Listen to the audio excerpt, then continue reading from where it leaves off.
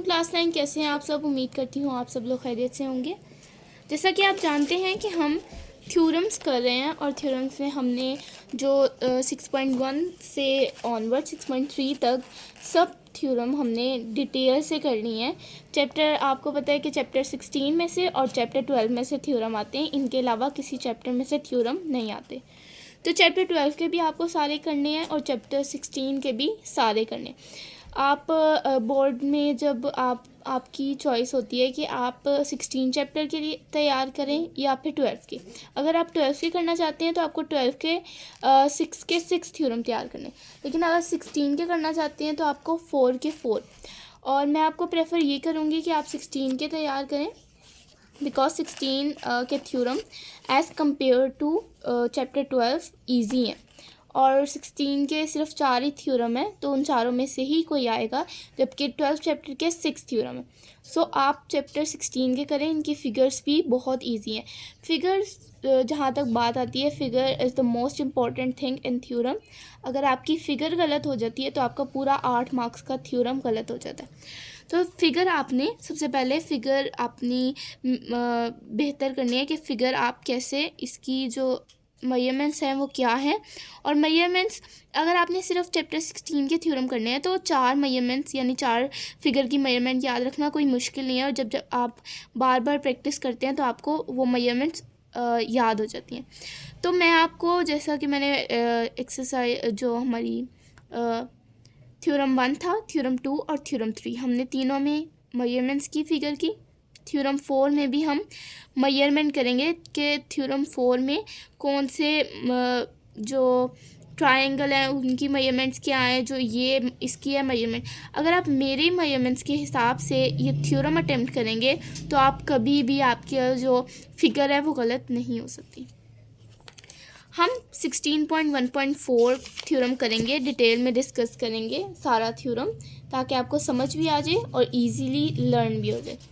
एक बात माइंड में रखें कि थ्योरम 16.1.3 और थ्योरम 16.1.4 सेम है। ये मैंने आपको 16.1.3 थ्योरम करते हुए भी बात समझाई थी कि कौन सी ऐसी डिफरेंसेस हैं जो इसमें अलग हैं और उसमें अलग हैं।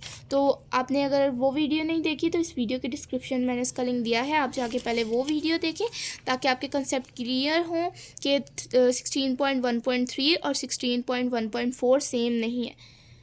बहुत सी चीज़ें इसमें सेम है, लेकिन फिर भी इसमें जो डिफरेंसेस हैं वो मैंने क्लियर कर दिए थे पिछले वीडियो में, तो आप वो वीडियो जाके देख सकते हैं। 16.1.4 हमें क्या कहता है, triangles on equal basis and of equal altitudes are equal in area. जो ट्रायंगल्स हैं उनके जो बेसिस हैं वो इक्वल हैं। ट्रायंगल्स अपनी इक्वल बेसिस पे हैं और वो बेसिस क्या है, B, C and E, F, and of equal altitudes, यानी इनके एल्टीट्यूड्स जो हैं वो ए, बी और डी, ई, ये भी इक्वल हैं। ठीक है, वो इक्वल एल्टीट्यूड्स के साथ हैं। Are equal in area. अब ये जो चीज़ है ना, इन्होंने कह दिया कि ऑफ इक्वल एल्टीट्यूड्स है और ऑन इक्वल बेसिस है, इन्होंने बात बता दी। आर इक्वल इन एरिया, जो लास्ट वाली लाइन होती है ना, ये हमने समझना होता है कि ये जो है ये हमने फाइंड आउट करना है। सबसे पहले हम फिगर बनाएंगे, एरिया फाइंड आउट करना है, पता चल गया। अब हम फिगर बनाएंगे। फिगर में सबसे इम्पॉर्टेंट चीज़, सबसे आप पहले हम इसको साइड पे रखते हैं, फिगर बनाते हैं। फिगर में सबसे पहले आपने लगानी है 8 सेंटीमीटर की लाइन। याद कर लीजिए, 8 की लगा सकते हैं या 10 की लगा सकते हैं, it's up to you. 8 centimetre की हमने यहाँ पर लाइन ड्रॉ कर लेनी है। दिस इज 0 एंड 8 सेंटीमीटर की लाइन यहाँ पर हमने ड्रॉ कर ली। नाउ आपको डी चाहिए, जो हमने चैप्टर 10 कर किया उसमें भी डी रिक्वायर्ड थी, चैप्टर 17 में भी डी रिक्वायर्ड थी। तो डी तो आपके पास हर वक्त आपकी ज्योमेट्री में मौजूद होनी चाहिए। तो डी से हम अब फॉरवर्ड मेजरमेंट्स करेंगे। जो हमारे पास, आपने इनको नाम दे देना है, नाम आपने याद कर लेने हैं। बी, इसको नाम दे देना है बी और इसको नाम दे देना है एफ। बाद में भी आप वैसे नाम रख सकते हैं, अभी आप ऐसे ही रहने दें। बी पॉइंट से रख कर आपने लगानी है, सबसे पहले आपने एफ पॉइंट लेना है। एफ पॉइंट से आपने रख कर लगाना है 110 का एंगल, ठीक है। 110 का एंगल लगा लिया। अब इस पर लगाना है 70 का एंगल, 110 एंड 70। याद रखिए 10 सेंटीमीटर या 8 सेंटीमीटर की लाइन, 110 70। अब आपने इसको इससे ज्वाइन कर देना है लाइक दिस डॉटेड लाइन। ये सबसे इम्पोर्टेंट पार्ट है आउटरल स्ट्रक्चर ऑफ अ फिगर। ये अगर आपकी ठीक बन जाती है, अंदर तो आप अपनी, अगर आपकी आर्ट अच्छी है तो आप खुद भी लगा सकते हैं। उसके बाद इन दोनों पॉइंट्स को आपस में ज्वाइन कर देना है लाइक दिस। अब हमारा ये आउटर स्ट्रक्चर बन गया। अब हम बात करते हैं कि इनर कैसे बनाना है। 8 सेंटीमीटर की लाइन लगाई है तो आपने यहाँ पर 4 का गैप छोड़ना है। 4 का 3.5 यहाँ पर और 3.5 यहाँ पर, ये छोड़ दिया आपने। अब आपने इसको ज्वाइन कर देना है इससे ऐसे, और इसको ज्वाइन कर देना है इससे ऐसे। अगेन रिपीट करती हूँ, सबसे पहले 8 centimetre, 110, 70, then join the line and then from B point हमने क्या रखा 70, फ्रॉम एफ पॉइंट 110 हमने लाइन ज्वाइन की, और फिर हमने यहाँ पर रख के 3.5 and 3.5। If 8 centimetre then 3.5, if 10 centimetre then 4। अगर 8 सेंटीमीटर है तो 3.5 का गैप छोड़ना है, अगर 10 सेंटीमीटर है तो 4 का गैप छोड़ना है। ये हमने कर लिया। अब इसके बाद आप इसको यहाँ से इस तरह और इस तरह ज्वाइन कर दें, ठीक है। ये आपके पास अपनी चॉइस है कि आप कैसे ज्वाइन करते हैं, बस बीच में थोड़ा सा स्पेस होना चाहिए ऐसे। आप देख सकते हैं फिगर ड्रॉ हो चुकी है और बिल्कुल एज इट इज सेम है।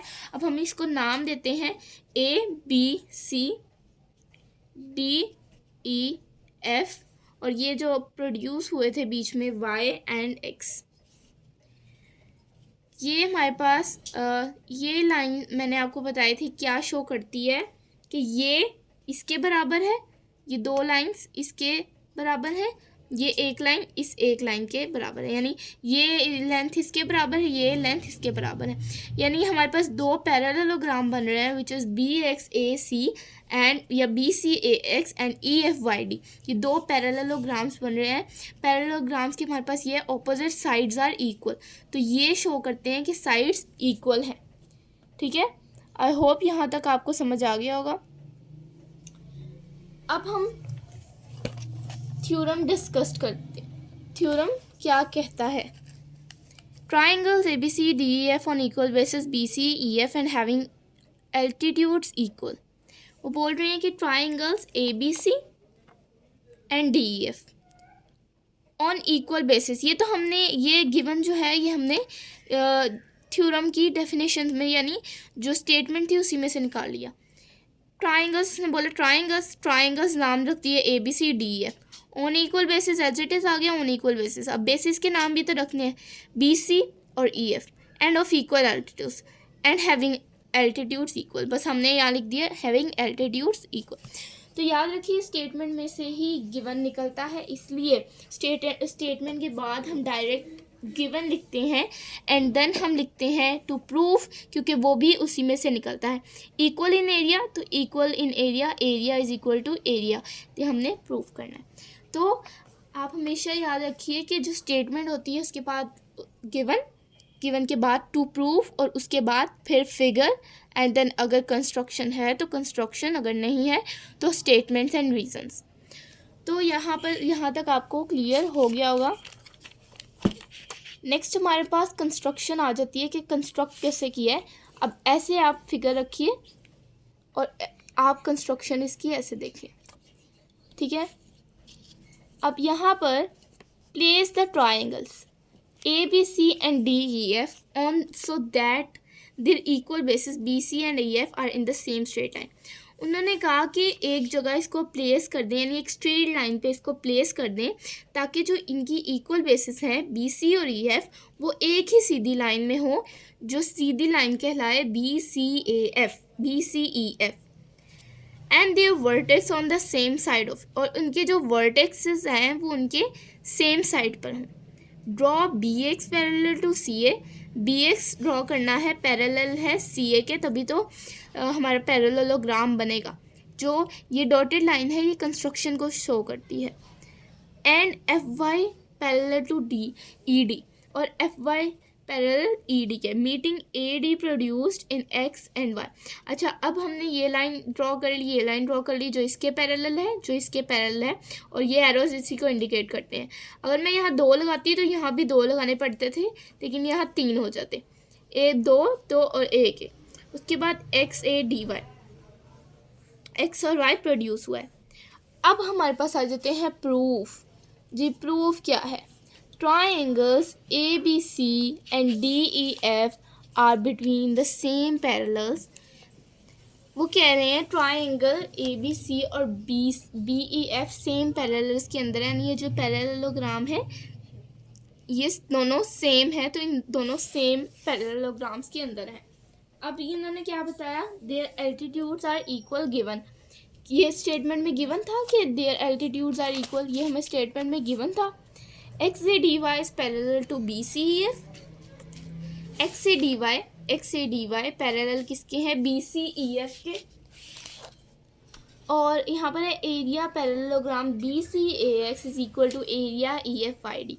बी सी ए एक्स का जो, यानी जो ये पैरेललोग्राम है, इसका एरिया इसी के इक्वल है, क्योंकि ये दोनों इक्वल हैं। इन दोनों की जो लेंथ है अगर आप मेजर करें तो वो इक्वल हैं, तो इसलिए ये इक्वल हैं। फर्स्ट है these parallelogram are on equal basis and between the same parallels. ये इक्वल बेस पे हैं और सेम पैरेलल्स के दरमियान है। सेम पैरेलल्स, ये पैरेलल्स हैं और इनके दरमियान है। But area of triangle A B C is equal to 1/2 area of triangle B C X. यानी area of triangle A B C, इसका अगर हम हाफ लें यानी 1/2 लें, क्योंकि 2 ट्राइंगल्स बन रहे हैं, 1 2। हमेशा याद रखें एक पैरेललोग्राम में 2 ट्राइंगल्स होते हैं। अगर हम ऐसे ही एक और पैरेललोग्राम बनाएं तो आप देख सकते हैं कि इसमें 2 ट्राइंगल हैं, एक ये ट्राइंगल और एक ये ट्राइंगल। तो 1/2 ट्राइंगल हुआ ना, यानी एक ट्राइंगल का हाफ हुआ ना, तो एरिया वो बता रहे हैं कि बी सी ए एक्स का एरिया 1/2 है ए बी सी से। ठीक है। Diagonal of a parallelogram bisects. Diagonal का मतलब क्या होता है? ये लाइन, ये जो 2 में डिवाइड करें। ठीक है। अब area of triangle D E F is equal to 1/2 area of parallelogram E F I D. Same वो बात। ठीक है। एंड में उन्होंने प्रूफ कर दिया, जो हमने पहली बात निकाली, फिर दूसरी और फिर तीसरी, कि area triangle A B C is equal to area of triangle D E F from 1 2 and 3। ये रीज़न उसने दे दी। यहाँ तक हमारा हो गया थ्योरम कंप्लीट। लेकिन अभी इसमें आपने जो ज़्यादातर गलतियां हैं बच्चे अपने पेपर्स में करते हैं, वो ये है कि अगर आप थ्योरम, जैसे आपका शीट जो है वो यहाँ तक है, तो आप थ्योरम ऐसे स्टार्ट करते हैं, यहाँ पर स्टार्ट कर लेते हैं यहाँ तक, और बाकी ये गिवन वगैरह सारा बाद में लिख लेते हैं। ऐसा नहीं करना। एक पूरे पेज पे थ्योरम स्टार्ट करना है, यानी एक ब्लैंक पेज लेना है, एक ब्लैंक शीट लेनी है, उस पर आपने स्टेटमेंट लिखना है। उसके बाद अगर आपकी स्टेटमेंट और रीज़न अगले पेज पे चली जाए तो वो ओके है।